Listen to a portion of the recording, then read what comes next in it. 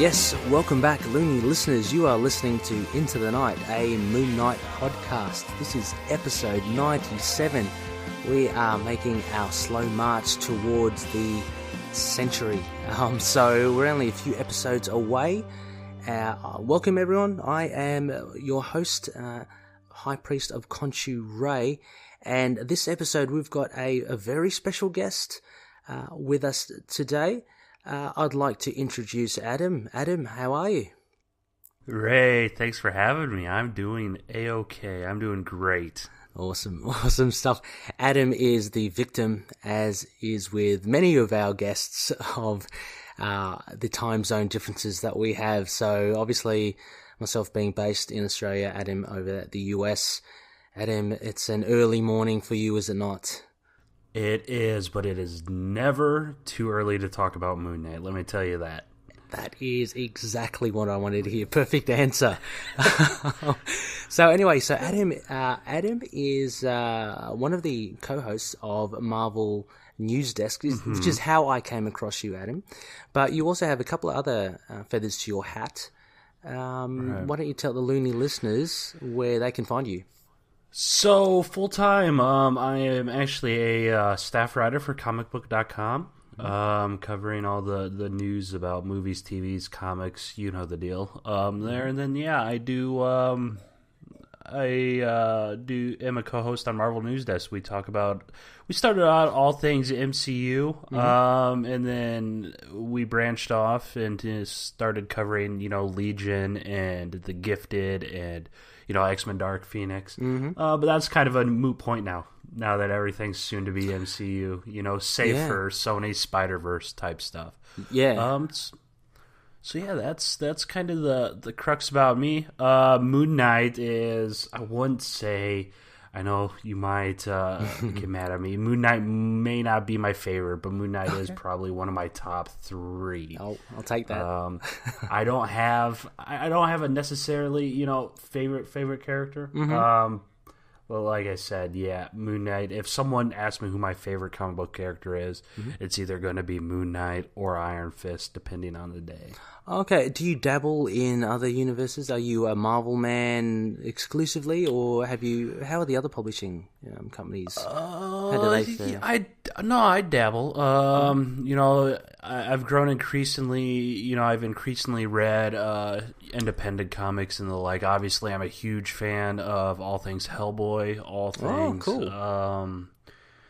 Black Hammer, Jeff Lemire. I love me some Black Hammer stuff. And then you have things like Jupiter's Legacy and Jupiter's Circle. They're not necessarily huge universes per se, but they're definitely solid comic runs. Right. But yeah, I would say my go-to universe outside of Marvel is definitely Hellboy. I just love the... you can't go wrong, right? It is very alluring, I must say, the Hellboy universe. A little bit of a shout-out to my co-host from another podcast we do, Last Sons of Krypton, Connorell. He's a huge Hellboy fan. He'd be glad to hear that from you, Adam. Right, yeah, absolutely. Did you watch the movie? What were your thoughts on that? So my opinion on movies is flawed. If you know who I am and watch or read my reviews and listen to my podcast and scroll through my Twitter, it is very rare that I actually dislike a movie. Oh, okay. So I pretty much tend to like everything. There are a few things that kind of rub me the wrong way, and if they happen in a movie, I'll absolutely hate them. But talk about Hellboy. Obviously, I'm going to say I didn't feel it was as bad as everyone else was saying. Okay. But that's because I knew exactly what was going on, and they crammed 20 different Hellboy storylines into a 2-hour movie. Yeah, that's what I heard. I heard there were plot after plot after plot. Right, and it was exactly it shook out exactly how the comics do, and Mignola has this deal where he doesn't. The storytelling's not really linear, right? So he'll set up, this story A, and it's not entirely resolved because it's going to be resolved by a new character that's introduced, 10 years later in a separate story. Yeah, right. Right. He so really it's the does. Type of thing, sorry, he really does drop a seed here and there, doesn't he? Let it germinate. Right, and that's exactly what the movie was. I mean, I was ecstatic because it adapted some of the best Hellboy stuff. Okay. On screen, panel for panel. Wow. But like I said, if I hadn't read every single Hellboy comic and didn't know where I was coming from, I would have been lost as hell.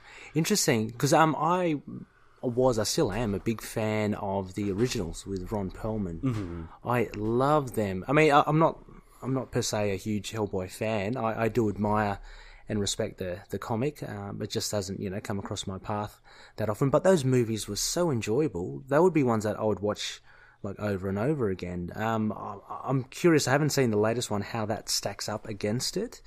Did you feel? I mean, I've heard other things about. Sorry, listeners, we will get to Moon Knight. This is just interesting stuff. Like the humor injected in it and the tone, the depiction of Hellboy. Did you find that accurate to the comics, or how did you take it in the latest one? It's hard to get around Perlman and Hellboy. The two franchises are kind of apples and oranges. Obviously, Perlman's and Guillermo's stuff really dove into the fantasy stuff. You get to Hellboy too. The Golden Army, that wasn't really a Hellboy movie. It almost seemed like it was something Del Toro put together, right? To kind of tell his fantasy storytelling, which isn't a bad thing, because I'll take any movie Guillermo wants to throw at me. But the reboot, I mean, it's full on gnarly, almost obscene amounts of gore. Okay. It's trying to be kind of shock horror instead of the fantasy aspect of the previous two films. Okay. But that's the biggest in terms of, I mean, there's a lot of different character quirks between Perlman and Harbour. I wouldn't say Harbour did a bad job by any means. He certainly did the most with what he was given, and you could tell. I mean, it was the type of movie, there was so much left on the cutting room floor. It seemed like it should have been like a 3-hour movie, but the studio said, no, you have to cut it down to an hour and 45 minutes. So there was a lot of stuff. At least it seemed like if it was a lot of stuff cut. If they didn't cut anything, I'd hate to see that script, Well, there's always the Blu-ray with more footage added in, and right. You'd have a different version. Absolutely. Yeah, okay. Well, no, Hellboy's a very solid choice. Black Hammer, Adam. A lot of loonies will be, gleaming with pride with that one. Obviously, Jeff Lemire, such a stellar run for many on Moon Knight, which was the one that preceded the current one. We can call it the current one, or the most recent one that's passed. Very, very strong. Do you collect the hard copies of Black Hammer? I know there's a library deluxe hardcover version, which looks bloody good. Are you a collector, or are you a digital person? I am a collector first and foremost. That's what got me into all this stuff. Growing up, my dad actually collected comics, and there's one point, a quick sidebar. There was one point where my dad's like, "You know what, Adam? I'll give you my collection," and I was probably 12 or 13 at the time, and I was just getting into whether or not I cared if people thought I was cool or not, right? So I'm like, hell no, Dad, I don't want your comics. And then he's like, fine, whatever, I'll keep them, I'll sit on them. And lo and behold, you look through them, and there's a Hulk 181, there's a whole run of Captain Marvel Volume 1, there's all sorts of first appearances. I think he had like a few Nova numbered ones. There's all sorts of stuff. So fast forward to being a grown-up, and I have all sorts of expendable cash now. Now we're in a competition of who has the better collection. I am a collector. In Black Hammer, I've just started, I don't know what it is, but I've just started getting into the, in addition to collecting single issues, buying trades and library editions and omnibus and things like that. So the library edition of Black Hammer is sitting on my shelf, as you got is it? most other... nice one. Most other trades. I'm working on, we just talked about Hellboy, I'm working on that omnibus collections right now. So. They are very attractive on the shelf, I must say. I've only got one omnibus, and I'm starting my collection. I've got a whole heap of trades. I tend to try and collect the hardcovers, not omnibuses, but they're nice on the shelf, aren't they? And they're really fun to read. I collect digital as well. Titles that probably I'm unsure of and just want to give it a go. But yeah, no, that's really cool to hear. Black Hammer is an amazing universe. It's expanded somewhat as well, so there are offshoots of series beyond Black Hammer, right? I'm assuming you collect all them as well. Yep. You have. Well, they've had a few one shots. Then obviously that Dr. Star series, but yeah, it's good stuff, and that's the thing.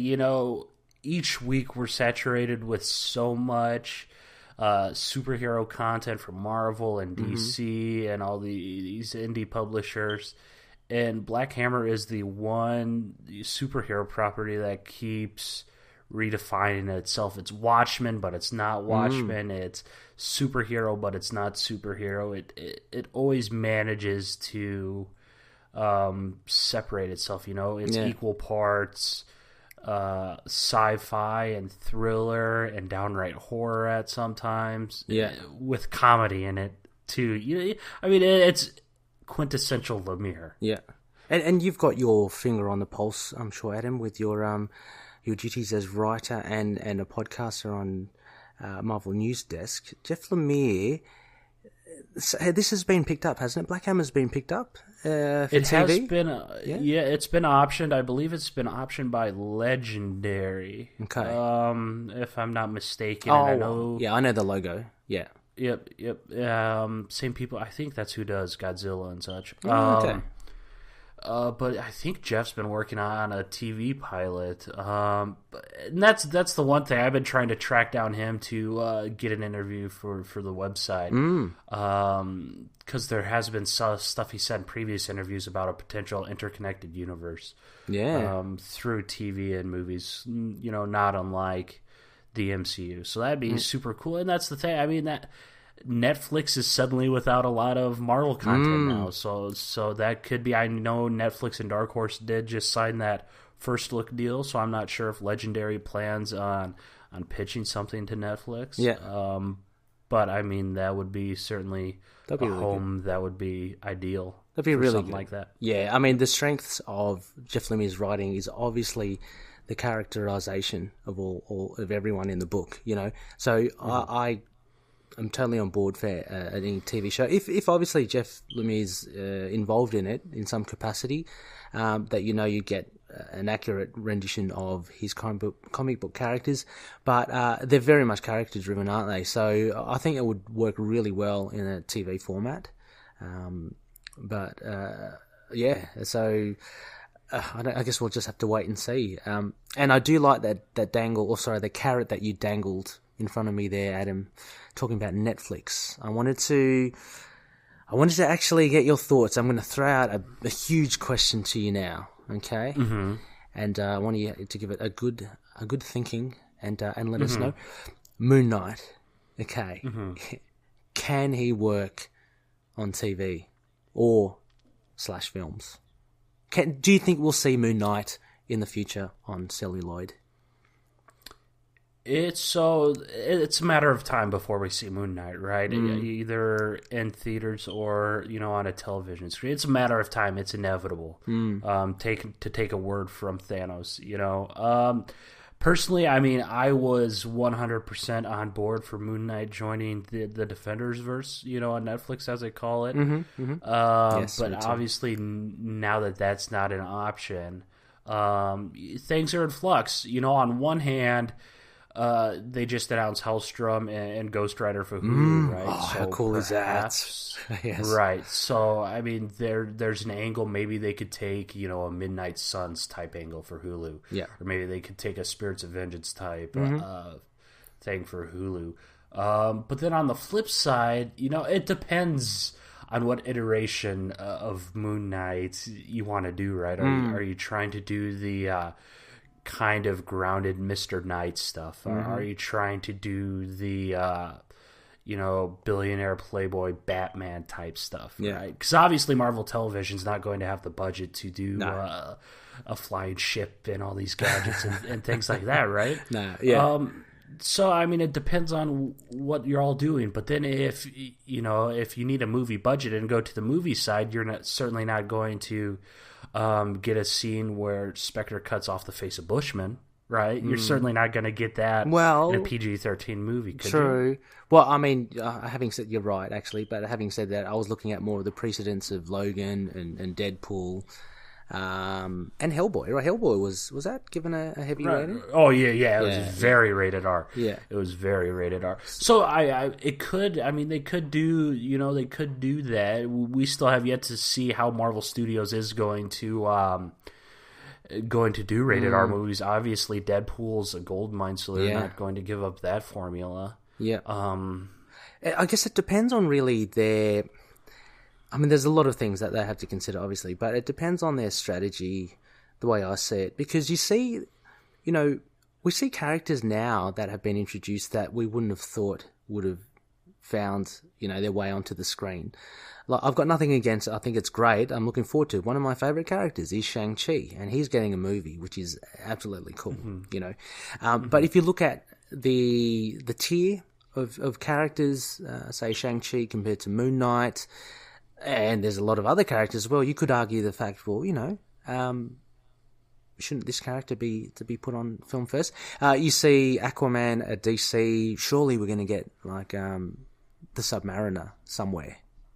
So it all. I think it depends on the strategy. The Eternals as well. Like, who would have thought that we would be getting an Eternals movie over something else? But obviously the MCU has had great success with cosmic faring, so I can understand why they probably want to still play in that sandpit, but which kind of also makes sense why Moon Knight would have done well, as you say, in the Defenders verse, like in Netflix, because that was his wheelhouse. That was where he kind of most likely belonged. But having said that, this new announcement by Hulu with potential Midnight Suns and Ghost Rider, I mean, Moon Knight has a supernatural element to him, so there's a possibility there. Out of all the Moon Knight iterations, Adam, what is your favourite? Say, if you had to choose. Well, there's only two, isn't there? but I mean, okay, let me broaden it a bit. Okay, so you have Mr. Knight, or you have the Caped Moon Knight. And then you have all these different aspects of Moon Knight. Do you like the supernatural element? Do you like the detective noir element? Or do you like the more, I say it like cringeworthy, the more Batman-esque element to Moon Knight? Right. What speaks to you? I'd probably have to go to the, I would say the Mr. Knight stuff. Okay. There's kind of around that area. Ellis and a little before. I'm not a fan of the Bendis stuff. I'm sorry. No, that's okay. But I'll tell Brian Michael. Right. No, the stuff right before that was superb. And I really think at least, as a fan, I want to see the supernatural kind of mind-bending type stuff over Batman. We can get that any time. We can get gadgets and gizmos in virtually any other sci-fi superhero movie ever. So I would love to get the supernatural stuff. I would love to get the real loony stuff. It's almost, there's some stuff they could almost go with a Legion-esque type stuff, interlaced with some Mr. Knight stuff. It's just, there's several times throughout the stuff that you really don't know what's going on. Yeah. Right? Yeah. And if you intertwine kind of the Legion type, acid trip stuff with supernatural horror stuff. There's certainly a look and feel and tone that I don't think's ever been done in a live action property yet. It's almost to the detriment of Moon Knight, isn't it? That Legion did come out because it's done so well, and I I love it as well. It's done so well. Recently, it's got announced the third and final, or is that? Yep, third final. I think it comes out at least in the United States June 24th, I believe. Okay, that'll be cool. Yeah, but it's such a shame that, in that sense, because it's done so well, and if Moon Knight came out shortly after, or comes shortly after season 3, it will be forever kind of compared to, Legion kind of paved the way for this first, but the truth of it is that it is very integral to Moon Knight's makeup, isn't it? His whole DID, which was actually very well done. I'm taking you watched all the Netflix TV shows. Yep. Daredevil. Not Daredevil. Iron Fist season 2 with Typhoid Mary. I thought she did an awesome job there. It was Alice Eve, I think was her name. Yep. Fantastic job. I mean, did you? Right. I mean, you a fan of Daredevil as well, like the comics? Or? Yep. Daredevil. Like I said before, I mean, if it's my favorite character is not Moon Knight, it's Iron Fist. Yes. So when it comes to the Iron Fist television shows, I would say at this point I'm most certainly an apologist.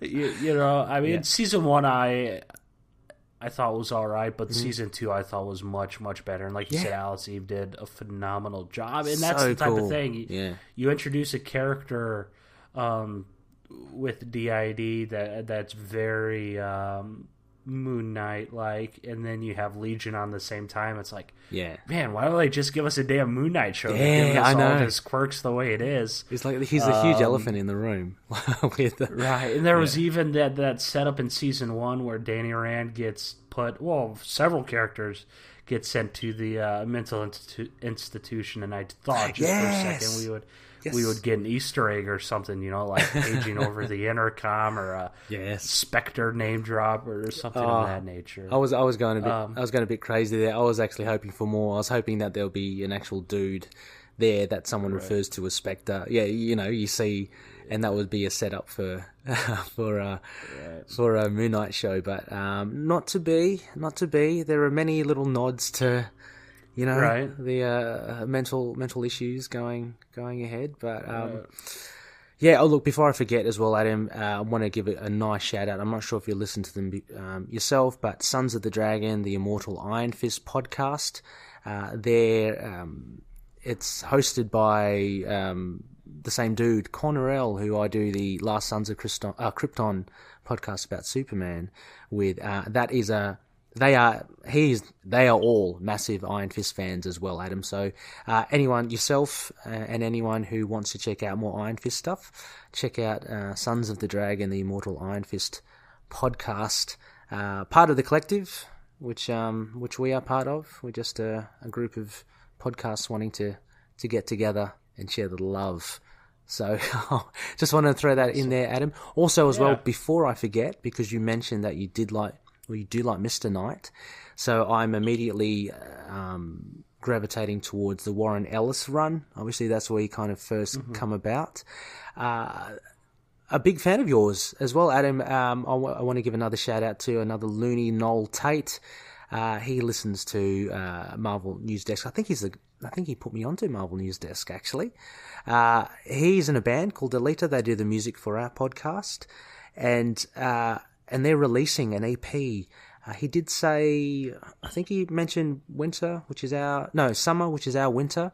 So mid-year, a 6-track EP based on the 6 issues of Warren Ellis's Moon Knight run.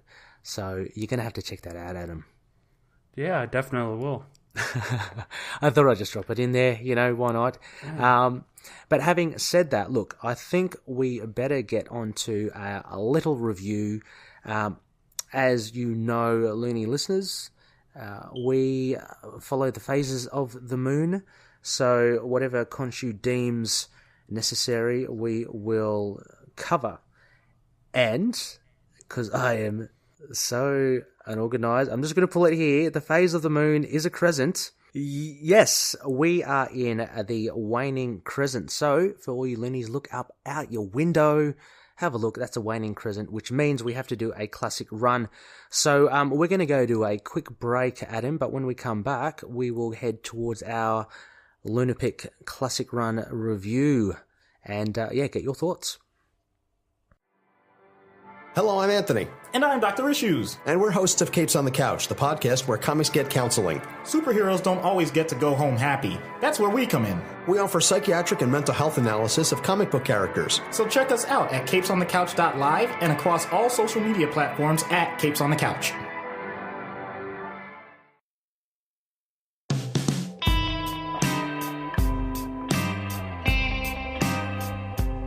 Welcome back, Looney listeners. You are listening to Into the Night, episode 97. You have your High Priestess of Khonshu, Rey, here with very special guest, Adam Barnhardt from Marvel News Desk and comicbook.com. Jeez, Adam, is it hard to juggle both of them? I'm assuming there's a lot of writing involved. There is plenty of writing involved. But no, it's not hard to juggle them. On the podcast, obviously I co-host with Caleb and Rhiannon, and fortunately enough for me, they do most of the legwork. Mm-hmm. So I just call in and spew my nonsense once a week, right? It's pretty. Yeah, they do a bang-up job. They do very, very good work, so I'm very thankful for the both of them. But yeah, I'm very fortunate enough to be able to juggle them both, especially being able to write about the stuff we talk about full-time. Awesome. Is super, super dope and exciting. And first and foremost, I should probably congratulate you as you're nearing 100 episodes. We just had our 100th not too long ago. Oh, so nice one. I know exactly what kind of grind you're going to grind to the that 100. So, but it's a good work. Oh, thank you so much, and congratulations yourself as well. It's a good feeling, I must say, to hit the triple digits. Well, leading up to it, you do reflect upon that's a fair few episodes to actually commit right. to. So we're chuffed, and we've got plenty of surprises up our sleeves. So that one all under wraps. Nice. Yeah, can't wait to reveal them. But anyway, as mentioned, we have a LUNAR-PICK Classic Run review. So Adam and I are going to look at our continued reviewing of Doug Moench's Volume 1 Moon Knight run. So we're into 1981 now. This was released in March 1981. This is titled Ghost Story, Volume 1, Issue 5, titled Ghost Story, writer Doug Moench, penciler, of course, the legend Bill Sienkiewicz, inker, equal legend Klaus Janson, colorist Bob Sharen, letterer Rick Parker, and editor Denny O'Neill. So, for loonies that are first-time listeners, welcome. What we usually do is we run through a very quick synopsis. I might actually hold this towards Adam as totally freeform improv, just to encapsulate in a few sentences what this issue was about. We then will just talk about, I guess, points that we liked, points that we didn't, any inconsistencies, any expectations, all that sort of jazz. And we'll finish it with our patented, highly convoluted moon rating system. Adam, I'm not sure if you're aware of our moon rating system. I am not. Okay, we rate it out of yes, the phases of the moon. Look, you can go easy. Full moon is obviously full marks. Half moon, obviously, 5 out of 10. Quarter moon, that sort of thing. There are other phases in between there, like waning gibbouses and waxing crescents. But I can help you along the way. It's all for a bit of fun, and it's all for a bit of moon education. So, very nice. Hopefully I've padded this out long enough, Adam, for you to construct something in your mind. Right. No, so I mean, just a simple enough synopsis. Obviously, Moody's hunting down a pair of criminals. Tone-wise, this book, Ghost Story, it reminded me of like an episode of Scooby-Doo. Right. Yes. Okay. So that's kind of the look and feel of this, at least tone-wise. It's there's a few pages, a few panels that are very horror-like, right? It jumps into the horror. But at the same time, we're getting into Bronze Age comics, so it still has that campiness to it. It's certainly not a Jeff Lemire or a Max Bemis or what have you.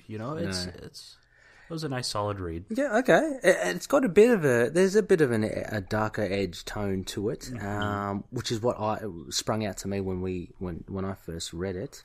But yeah, so look, just as Adam said, there are basically three dudes. There's a scary house, right?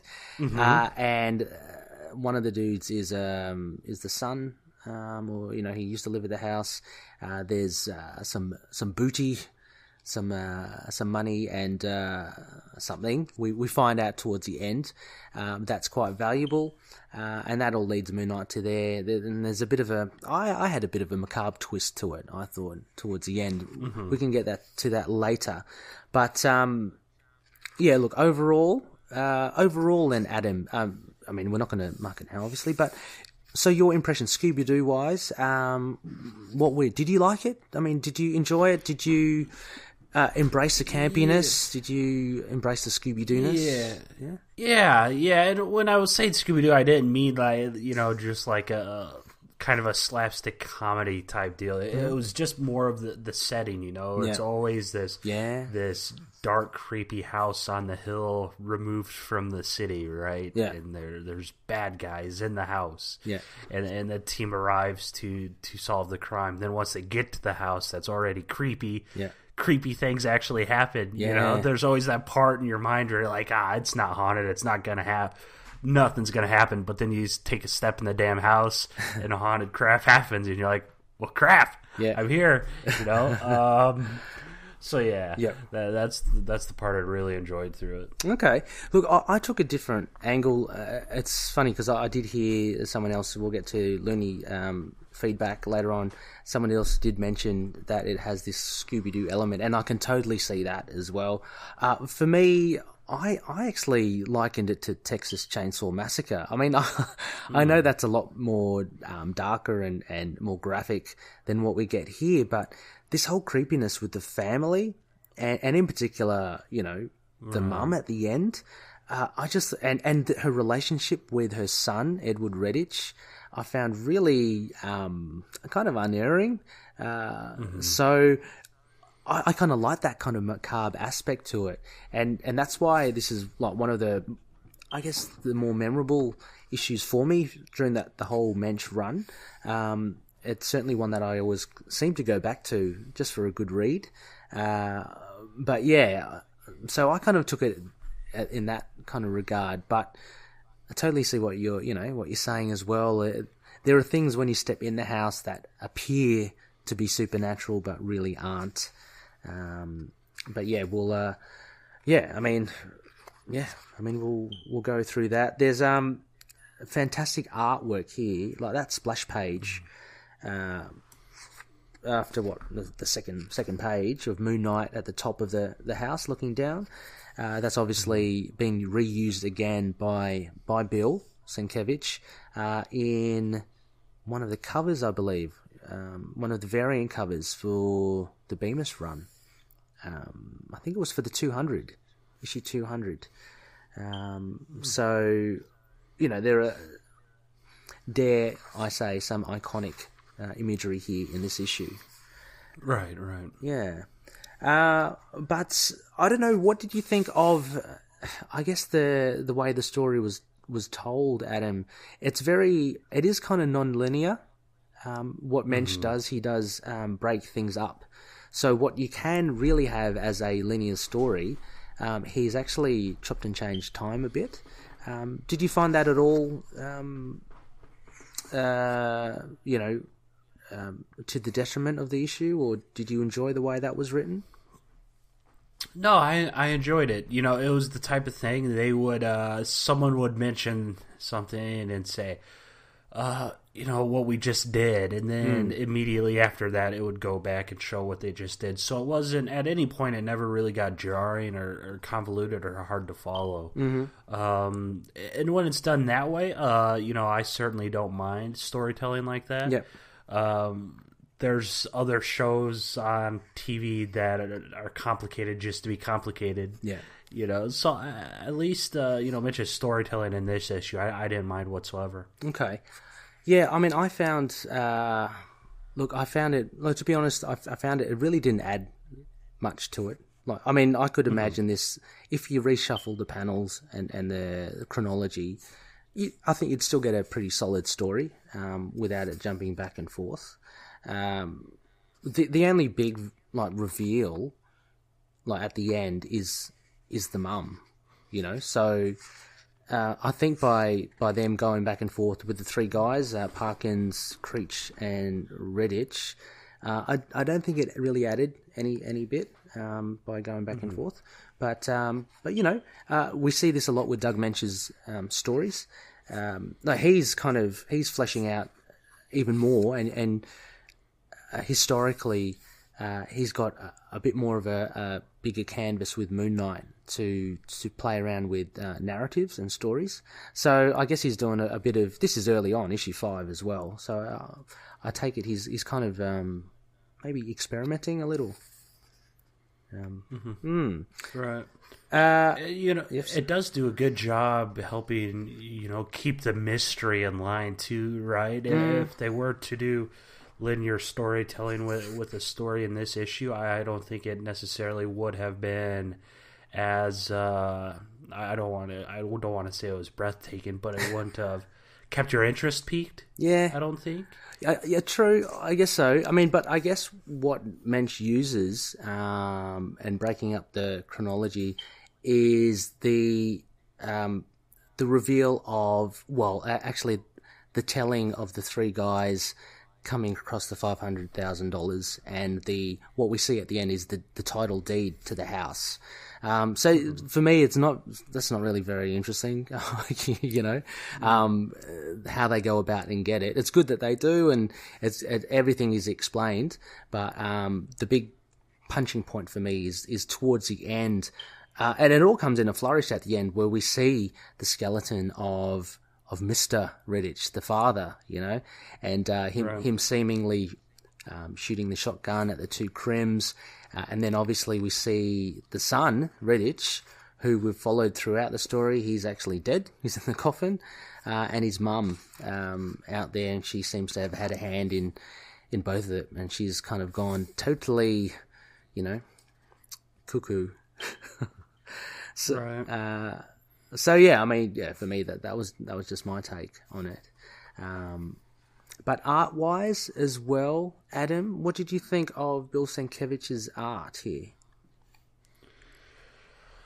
Well, I mean, on the surface, you can never go wrong with his art, right? I mean, he's a legend, especially when it comes to the Moon Knight stuff and some of his covers. Still, despite being 30 years old, still 40 years old going on, still hold up so well. Yeah. In this day and age. Just brilliant stuff. Yeah. He certainly has a handle of the fluidity of Moon Knight still, and you see it here. And I think a lot has to do with him going on record, trying to emulate Neil Adams as Batman. So there's a lot of these fluid caped shots of Moon Knight. Very typical early Sienkiewicz, I think. Facial, the portraiture of a lot of close-ups of the characters, very well done. And you see later on in the issues to come, they become more detailed and more distinct, the faces,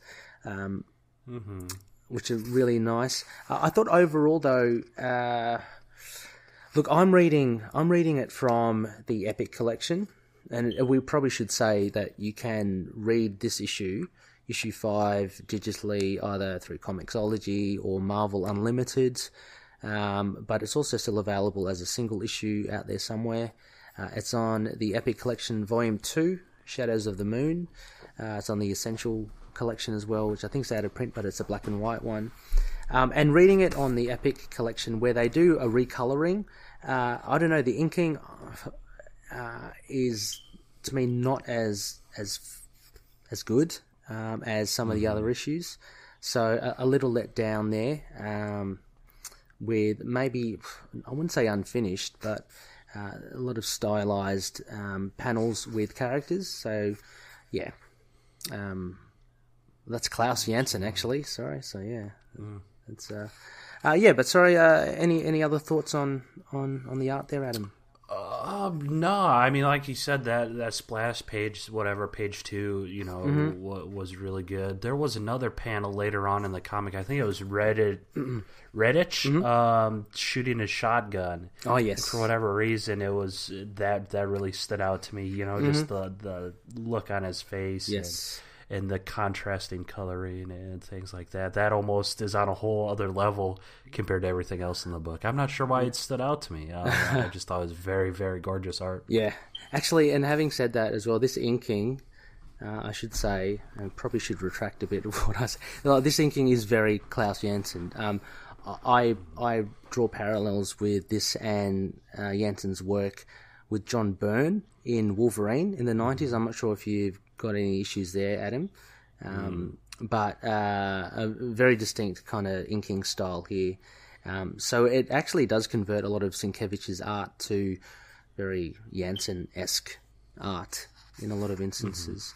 But that panel with the shotgun, I wanted to also mention.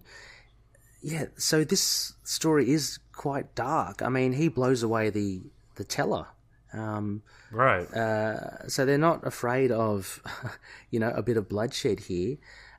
So he blows her away. He's a little mad himself.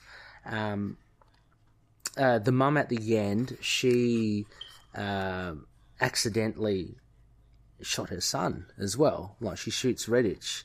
He's already got the injury with a shotgun, but I think she mentioned there's something to do with her husband, the skeleton holding the shotgun.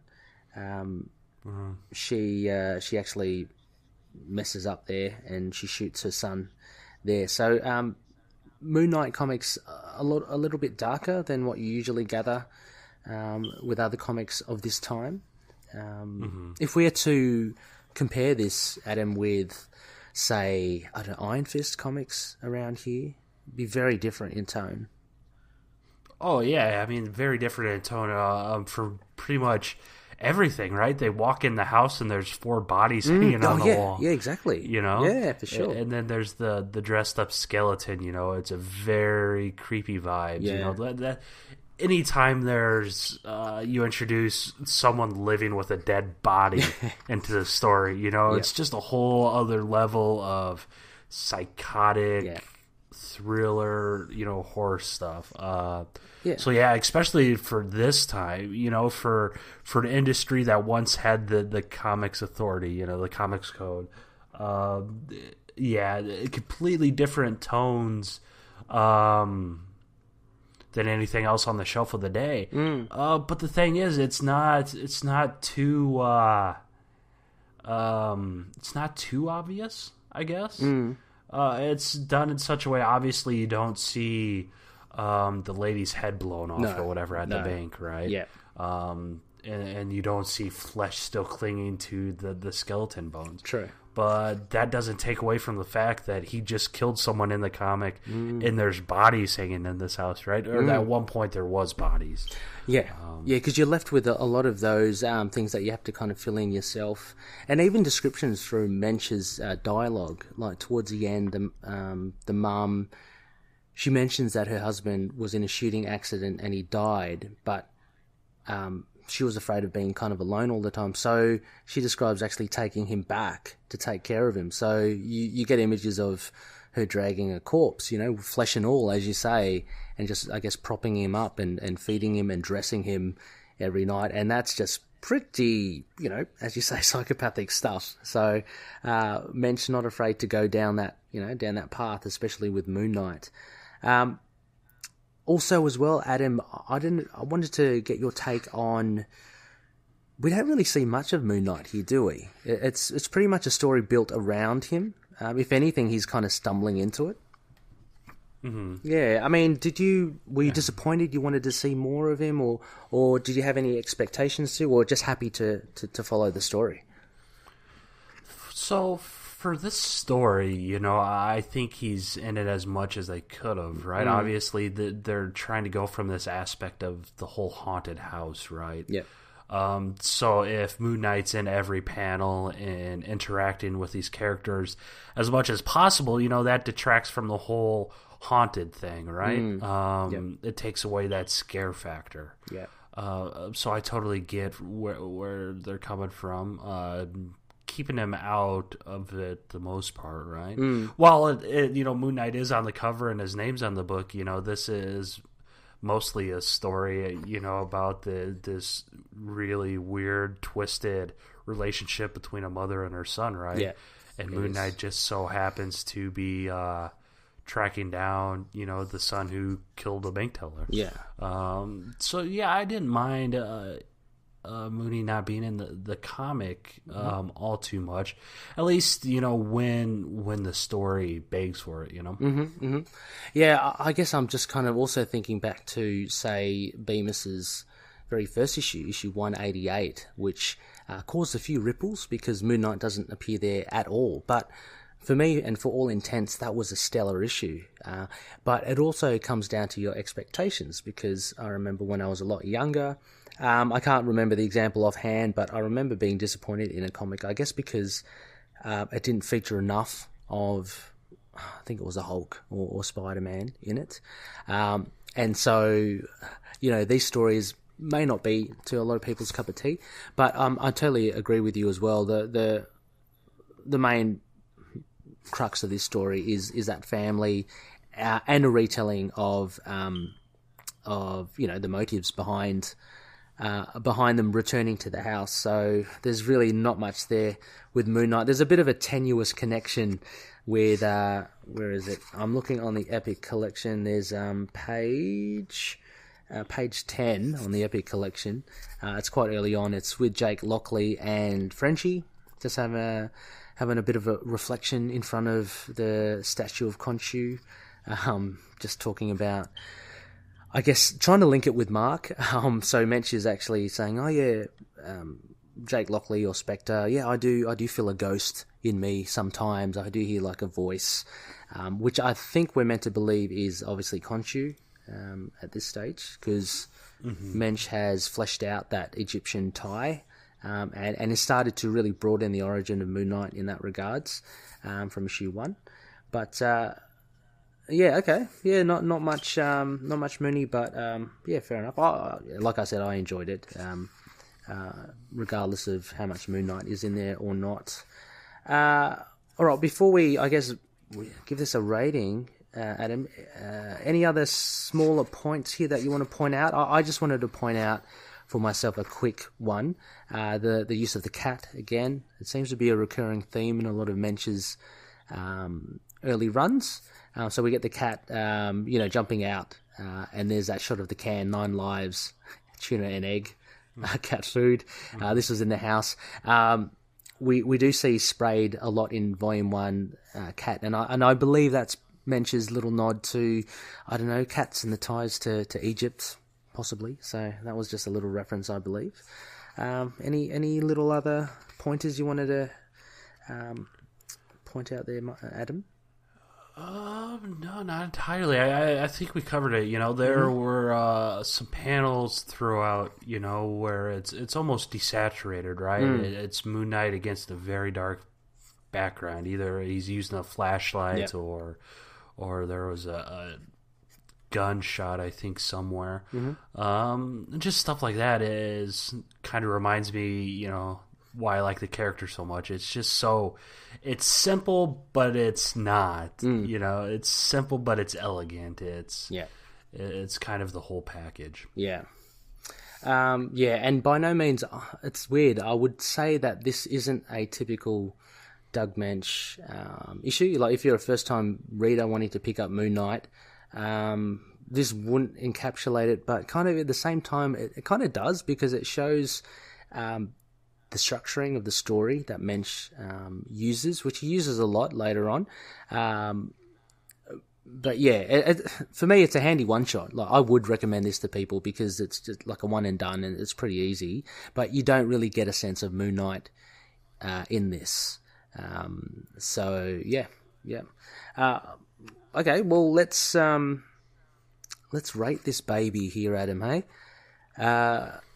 out of 10, what would you give this issue? Volume 1, issue 5, Ghost Story. Out of 10. And I thought I was supposed to do like a moon thing, or you're going to translate it into the moon. I can translate. Okay, unless it's easy, like if it's a full moon. Or... No, I was going to have to pull up my moon calendar. I would say it's right around probably a 6 out of 10 for me. I like it slightly more than I dislike it, if that makes sense. Okay. It's not bad by any means, but it's far from perfect, I guess. Okay. So 6 out of 10. So that's a bit over a half moon. So we're looking at first quarter waxing gibbous. I take it waxing gibbous.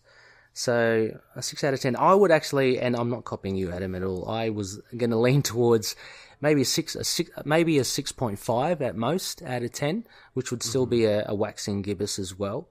So yeah, in between a half and a 3/4 moon. It's like I said, it's actually one of my favorite of the Doug Moench run, only because it's a nice compact story. It has a bit of the macabre to it, but it's funny now. I can't unsee this Scooby-Doo thing that you mentioned, so I can see that too. But yeah, I mean, I don't see that in a bad way or anything like that. So, yeah. So let's say 6 from you and a 6.5 from myself. So, Loonies, check it out. It is definitely worth a read. And as we mentioned, it's highly available, either in printed format or in digital. What are you reading it on, Adam?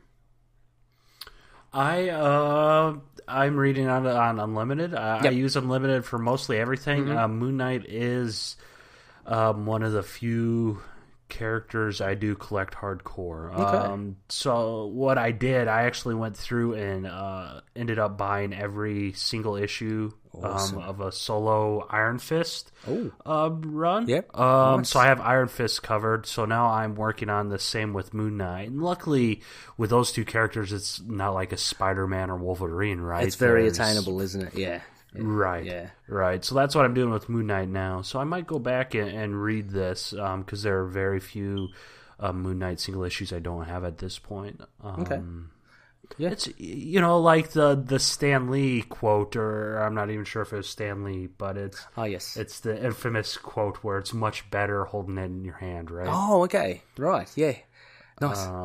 Yeah. So yeah, I might go back and read it after this, physically. Okay. But yeah, Marvel Unlimited, I mean, I'm not sure if you are an Unlimited subscriber, but... I was, yeah. Mm-hmm. And it's great. I mean, don't get me wrong, Marvel Unlimited is definitely bang for buck. It is absolutely worth it.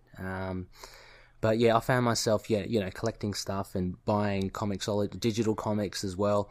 And Marvel Unlimited was lying dormant in my iPad. It's like, I'm paying for this monthly, will I ever get around to using it? Because I've got all this other stuff I've still got to read. But yeah, no, it's absolutely worth it. And, might pop onto it again later on. I wish they had a DC one as well. Adam, just as an aside, but well, they are expanding over the next 2 years. They're expanding DC Universe, right? I was reading something where every comic is going to be added to DC Universe. Oh, that would be cool. Yeah, they should do that. So I mean, that's not even Marvel doesn't have that, right? Marvel Unlimited is 6 months behind, I think. But yes. As the release put it, DC's adding to their streaming service. I think there's some comics on there now, right? Okay. Right. I pay for that, but I can't remember the last time I used it. So I shouldn't be able to even talk about it. But yeah, I think that's in the works. At least I saw at one point. Okay. Well, I've got to keep an eye out for that as well. I've got to catch up on my Superman. I'm still learning, Adam, about Superman. I jumped on board that podcast more so for a journey to know about Superman than being an avid or passionate fan. I mean, he's good. Right, right. So I probably shouldn't tell you my opinion on Superman. Since you're a Superman fan. Please do. No. It's... I'm not a Superman fan. I'll just say okay. I'm not a Superman fan. Well, I've got the training wheels on. We'll put it at that. So, okay. No worries. All right, before we go, we do have a bit of feedback, one piece of feedback from our Into the Night Facebook group. This comes from Josh Janson, one of our many dedicated loonies, and he writes in and says, honestly, this feels more like a Hardy Boys or Scooby-Doo story than a Moon Knight one. Even the mansion looks like the one from the old Scooby-Doo opening theme. Interesting idea for a one-shot story, but I think the execution could have been a little better. This one's probably one of my least favourite issues of Volume 1. Side note, the opening splash page was redone for a variant for Moon Knight 200, which was pretty cool. Thank you, Josh. Yeah, no, Josh is a big Moon Knight fan as well. Look, yeah, obviously, personal taste. If it's not the cup of tea, as we mentioned, there are Scooby-Doo elements to it. But yeah, I thought it was a pretty tight one shot. Anyway, Loonies, that pretty much wraps us up for this episode 97. I want to give a massive thank you to Adam. Adam, thank you so much for joining us in the wee hours of the morning for you. No problem whatsoever. Thanks for having me. It's been a blast talking about all things like Moon Knight and also things up there on the silver screen. Before we go, of course, and we did mention where they could find you. How about giving us a little bit of a plug of you have like a Twitter handle or a Facebook group? Yep, I am on Twitter at Adam Barnhardt, ADAM, of course, BARNHARDT. Yeah, you can find me on Twitter. Excellent. And I'll put it in the show notes as well. There's a website for Marvel News Desk, right? I saw that with not only podcast links, but also reviews and articles as well. Yep. All sorts of stuff on there. MarvelNewsDesk.com. Excellent. Once again, a big thank you to Adam. As usual, you can find us on Gmail, itkmoonnight@gmail.com. Facebook, facebook.com/itkmoonnights is our page, and our group, which is ever growing. It's a lot of fun. Come join, is facebook.com/group/itkmoonnight. Our Twitter handle is at itkmoonnight, and we're on Instagram, Tumblr, YouTube. Just keep on looking at. I'm thinking of getting rid of Tumblr. Adam, do you have Tumblr at all? I do not. Yeah. At one point I did. Long while ago. Yeah. But no, I'm not on Tumblr. It's a bit... Instagram, Twitter, some Facebook. I just joined the Moon Knight Facebook group. Yeah. Thanks for the heads up. Heck yeah. Excellent. Yeah, well, come say hello to Adam there as well, Loonies. It's ever growing. It's a lot of fun, and Tumblr. I think it's redundant now, but anyway, it's still there. So check it out if you want to. Also, iTunes ratings. If you like what you hear, or if you want to hear something, have a suggestion. We are all ears. We'd love to improve the show. We'd love to hear from you. So, and of course, podcast catchers. Look, again, if you're listening right now, you know what you're listening on, and it's obviously on there. So, good stuff. As we always say, fare thee well, and may Khonshu watch over the denizens of the night. Catch you later.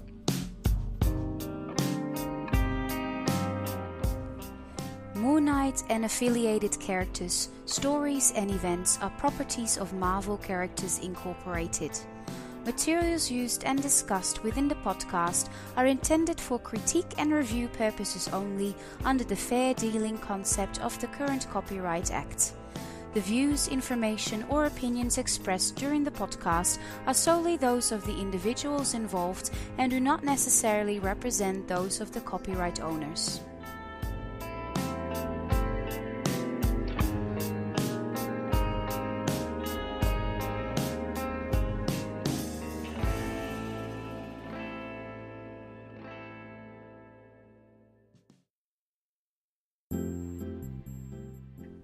if I just quickly... Oh, look, I can just edit this out anyway.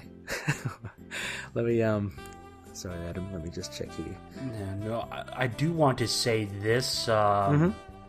This is impeccable branding, right? As soon as you told me the you lay out the show depending on like the moon schedule, I'm like, this is great. I'm a huge fan of this show. I will listen to it till the end of time. It's awesome. So good. Oh, thanks, Adam.